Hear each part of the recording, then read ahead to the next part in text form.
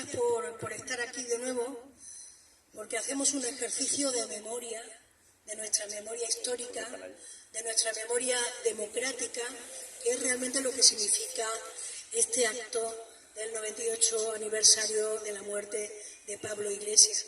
Estamos aquí para reivindicar nuestros principios, para tratar de que no se nos olvide por qué hemos elegido esta organización sindical y no otra, porque no solo somos trabajadores profesionales que quieren las mejores condiciones en sus derechos laborales, sino también estamos trabajando por la justicia social, por la igualdad y sobre todo por la libertad.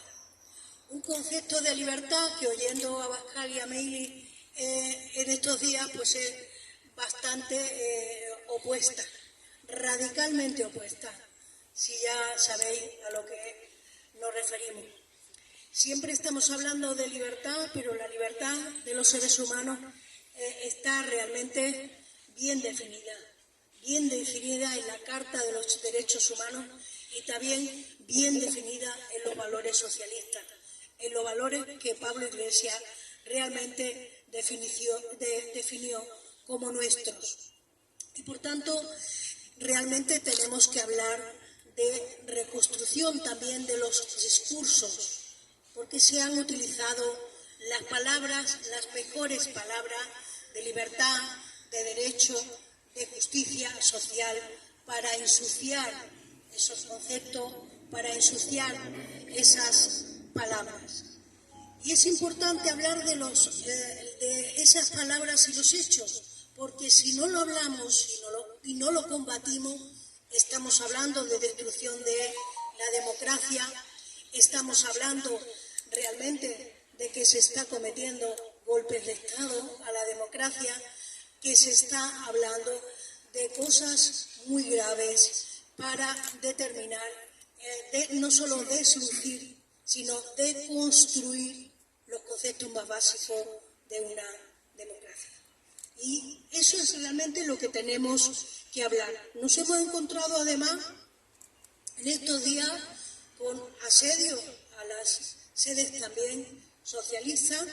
Quiero recordar que ya lo sufrimos las sedes de UGT en otras épocas históricas, y realmente con rezos a la Virgen de Covadonga y también con el fascismo imperante, sin que nadie en este país haya dicho nada.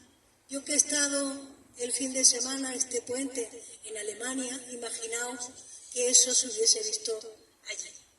Realmente llamando al fascismo con los brazos en alto y lo que significa esa cuestión. ¿Cómo un político podría hablar de su presidente que fuera colgado de los pies? Haciendo referencia a una de las famosas frases de Mussolini, quien practicó el fascismo como nadie junto con Hitler. Por tanto, si eso no se combate, la palabra y los hechos son importantes combatirlas, y nosotros estamos obligados a combatir esos hechos y esas palabras, porque estamos hablando de fascismo, no estamos hablando de una ley de amnistía, estamos hablando de muchas más cosas, porque estamos hablando realmente de lo que ha pasado en este país en los últimos años, de la justicia social, del intento de recuperar los hechos que hemos perdido durante tantos años, también del reparto de la riqueza. Y yo que soy muy dada a guardar recortes de prensa, donde se dice, porque digo que hay que hacer ejercicio siempre de esa memoria, para lo que decían al principio en esta fecha, que habría serios nubarrones para la economía española, deciros que somos la primera economía de la Unión Europea, que nuestra reforma laboral, y digo nuestra porque realmente ha sido quien más ha luchado por ella, y que sacamos con la oposición absolutamente en contra, y gracias a uno que por cierto vaya a la cárcel, que votó, se equivocó en el voto, y por fraude y malversación, por cierto, un diputado del PP. Y realmente estamos hablando, por tanto, de tratar específicamente de cosas importantes para nosotros, de la dinámica del retroceso de los derechos de los trabajadores que se ha llevado durante estos años. Estamos hablando de recuperación y sobre todo de reparto de la riqueza. Como decía la OCDE, además, que no es nada sospechoso, desde luego de izquierdista, sino de todo lo contrario, plantear que España es una de las economías más sólidas y donde se invierte más, pues realmente es algo para pensar. Hemos tenido realmente también en estos años, especialmente en el año 23, al que me voy a hacer referencia porque esto lo hacemos cada año, hemos tenido la reforma de las pensiones, una subida sostenida en el tiempo y que hace muy sostenible lo que es el sistema. Absolutamente insólita respecto a los años anteriores y también recordando aquí que solo es un trabajo diferido que vamos pagando durante toda nuestra vida laboral y que queremos recibir una pensión digna para vivir dignamente. Eso es lo que queremos hacer, no queremos hacer nada más. Pero lógicamente quien se ha forrado desde la pandemia y después con el conflicto, con la guerra de Ucrania, y ahora se volverá a forrar con la guerra en Oriente Medio, realmente recordaros, y vuelvo a citar a la OCDE ahí, que además estamos hablando de un salario que efectivamente va a tener una aportación importante en nuestra vida, pero también que ese salario medio tiene que subir al 60% del salario medio europeo. Y eso significa estar por encima de los 1.200, compañeros y compañeras. Estamos hablando de que efectivamente, la chuleta, de que efectivamente UGT ha sido realmente quien ha batallado por tener un salario mínimo. Y ese salario mínimo que hoy los compañeros siempre que van a nuestro lado han ido en contra, y para eso está en Google los gabinetes técnicos de comisiones obreras, yendo en contra de la subida del salario, y el salario mínimo hoy en algunos convenios ha subido 3 categorías por abajo, porque los salarios estaban tan bajos en algunos convenios colectivos que han subido 3 categorías.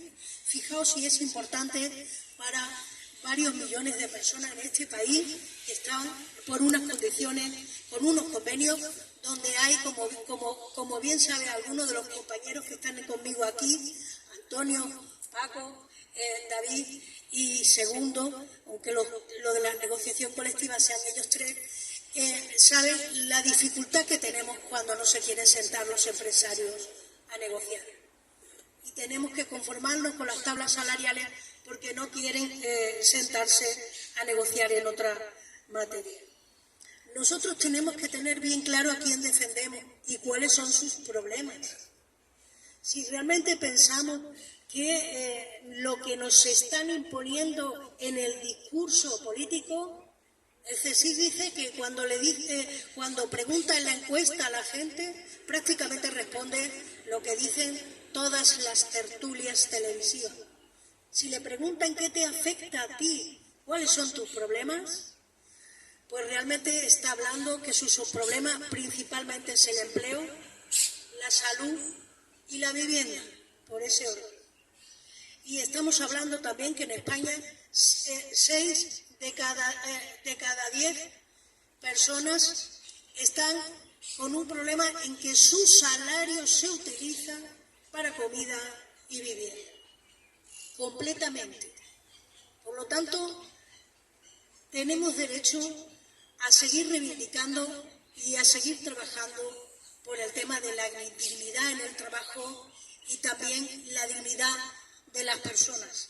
Y por eso es importante saber que vamos a combatir todos estos elementos con este nuevo gobierno y con los posteriores que vengan, porque vamos a seguir con la batalla del salario mínimo, vamos a seguir por los cumplimientos de los acuerdos y de las mejoras en las condiciones laborales de los empleados públicos, vamos a seguir combatiendo el bloqueo en las negociaciones colectivas y vamos a querer siempre, siempre, siempre fomentar el diálogo social tanto con los gobiernos, sean del color que sean, como también con los empresarios. Si nosotros hubiésemos querido realmente haber dejado pues que estos acuerdos o que los acuerdos entre los partidos políticos no nos gustasen y no nos hubiésemos reunido con esos gobiernos, pues realmente nunca hubiéramos tenido un derecho ni hubiésemos conseguido ni un solo acuerdo. Porque la ley de amnistía puede ser discutible para algunos, para otros no. Puede ser para otros más criticable, para otros, pero realmente lo que tenemos que tener en cuenta a quién defendemos, que eso no se nos puede olvidar, a quién defendemos y qué defendemos. Eso es lo que nos hace de UGT y no de otro sindicato. Y respecto a lo que va a venir ahora de mayor ensuciamiento de la vida política y realmente de la vida cotidiana que se quiere plantear como una batalla sin fin para derribar al gobierno, quiero recordaros también quiénes fueron los padres de la Constitución. Uno de ellos fue un franquista arrepentido, con sangre no en sus manos, pero sí en sus responsabilidades, puesto que estuvo en el Consejo de Gobierno con Franco. Otro fue realmente un comunista monárquico y otro fue un nacionalista catalán, que hoy sería de Junts, porque pertenecía a ese partido político. De manera que fijaos, si ellos consiguieron sentarse en una mesa y hacer una constitución, nosotros deberemos exigir que se mire el bien común de todo por encima de las cosas. Y el bien de todo no implica derribar gobiernos, implica combatir políticas. Y combatir políticas se hace a través del voto, el voto nuestro en las elecciones también. Cuanto más fuertes seamos, mejores realmente seremos también en la defensa de nuestros derechos. Y por eso, y con esto termino, hoy, como hace 98 años, recordamos a quien realmente tuvo la osadía en aquellos tiempos de ser valiente, de defender esa justicia, de defender los derechos humanos, de ir a la cárcel, de tener amenazas de fusilamiento. Y no es que esperemos, por supuesto, que eso ocurra ahora, sino con las circunstancias de ahora y con la adecuación de las herramientas que tenemos, que no son muchas, pero sí tenemos una que permanece en el tiempo, y es la palabra. Y a ella os invito siempre al compromiso con las siglas que representamos y a utilizar la palabra como nuestra mejor arma. Muchas gracias.